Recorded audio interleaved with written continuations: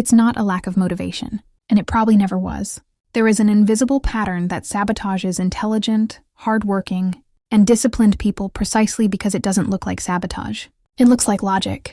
It looks like protection. It even looks like emotional maturity. And that's exactly why almost no one notices when they're trapped in it.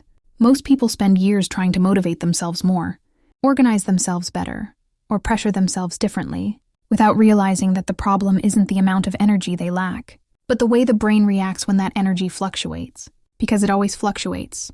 You've probably thought something like, when I feel more up to it, I'll come back, or now isn't the best time to do this. Properly, these phrases sound reasonable, adult, responsible. The problem is that, repeated over time, they build a silent pattern. Only act when everything is aligned. Only continue when the circumstances are favorable. Only show up when the ideal version of you is available. And since that ideal version doesn't show up every day, what happens isn't a strategic pause but a gradual distancing. No drama, no conscious decision, just distance.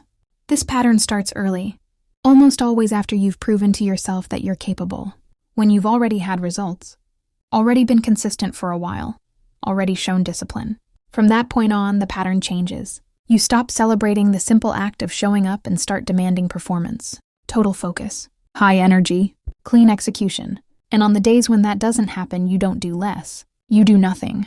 Because doing a little feels inconsistent with the image you've built of yourself. And that's exactly where the invisible pattern grows stronger. The brain learns quickly. It links identity to behavior. Every time you only act when you're at your best, it records a silent rule. This only counts if it's done well. The problem is that this rule doesn't protect you from failure. It brings you closer to interruption. Because when doing it well isn't possible, the system switches into waiting mode. And while you wait, your connection to that thing weakens. Not because of a lack of interest, but because of a lack of contact. Many people confuse this pattern with perfectionism, but it goes beyond that. Perfectionism is visible. This pattern isn't. It hides behind plausible justifications, fatigue, priorities, lack of time, a bad context. All of these can be true, but the cumulative effect is the same. Absence. And the brain doesn't interpret absence as rest. It interprets it as discontinuity. And discontinuity, repeated, becomes identity. You start seeing yourself as someone who starts strong and then disappears. Not because you don't care, but because you care too much in the wrong way.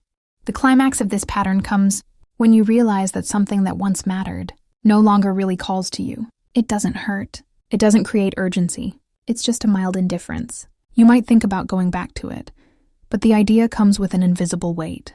The feeling that now it would have to be done the right way. Better than before. More organized. More consistent.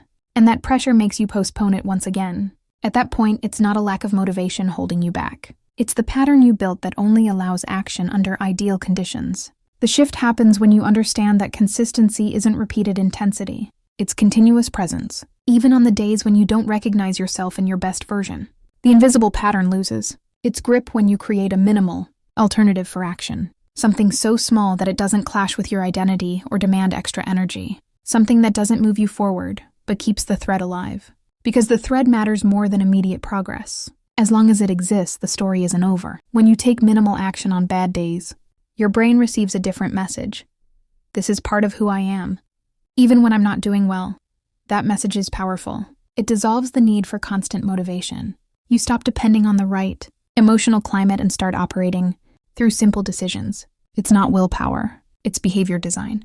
It's stepping out of the invisible pattern and building a system that survives imperfection. Few people do this because we're taught to admire big turnarounds, big efforts, big transformations, but the psychological reality is different. What sustains any real change is the ability not to disappear, not to vanish in the gaps, not to confuse a pause with abandonment. The invisible pattern feeds precisely on these poorly managed gaps. When you learn to take care of them, even minimally, it starts to lose its power. If you look at your life right now, there's probably something you still say is important, but haven't touched in a while. Not out of rebellion, not out of laziness, but because the invisible pattern has kicked in. You're waiting for the right version of yourself to return. The question that changes everything isn't, when will I feel motivated? But what is the smallest possible way to continue today? That question cuts the pattern at its root. Now I want to hear from you. In which area of your life do you notice this invisible pattern at work? Something you only do when everything is perfect and abandon when it's not? Write it in the comments. Making it conscious is the first step to dismantling the pattern. If this video resonated with you, leave a like. It helps this message reach more people who are blaming themselves for something that isn't a lack of motivation.